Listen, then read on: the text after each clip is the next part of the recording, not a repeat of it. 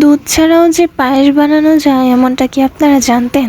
আমি জানতাম না, কারণ এর আগে কখনো আমি এমন পায়েস খাইনি। আসসালামু আলাইকুম এভরিওয়ান, আশা করি সবাই অনেক ভালো আছেন। এখানে আমার আম্মু নিয়েছে নারকেলের পানি, আর এই নারকেলের পানিটা আমার আম্মু কিভাবে বানিয়েছে সেটা গত ভিডিওতে দেখানো হয়েছে।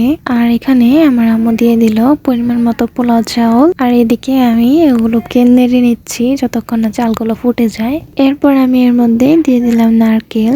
নারকেল আমার অনেক পছন্দ, পায়েসের মধ্যে নারকেল না দিলে কি আর হয়, তো এখানে একটু বেশি পরিমাণে নারকেল দিলাম। তো এরপর অনবরত কিছুক্ষণ নাড়তে হবে।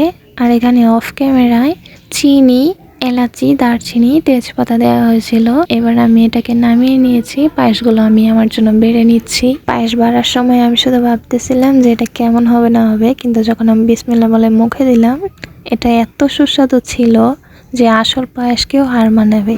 আপনারাও চাইলে এভাবে বানিয়ে নিতে পারেন। তো আজকের ভিডিওটি কেমন লেগেছে অবশ্যই কমেন্ট করে জানাবেন। ভিডিওটি ভালো লাগলে একটি লাইক করবেন আর চ্যানেলটি সাবস্ক্রাইব করে আমাদের পাশে থাকবেন। আজকের মতো এখানে বিদায় নিচ্ছি। আল্লাহ হাফেজ।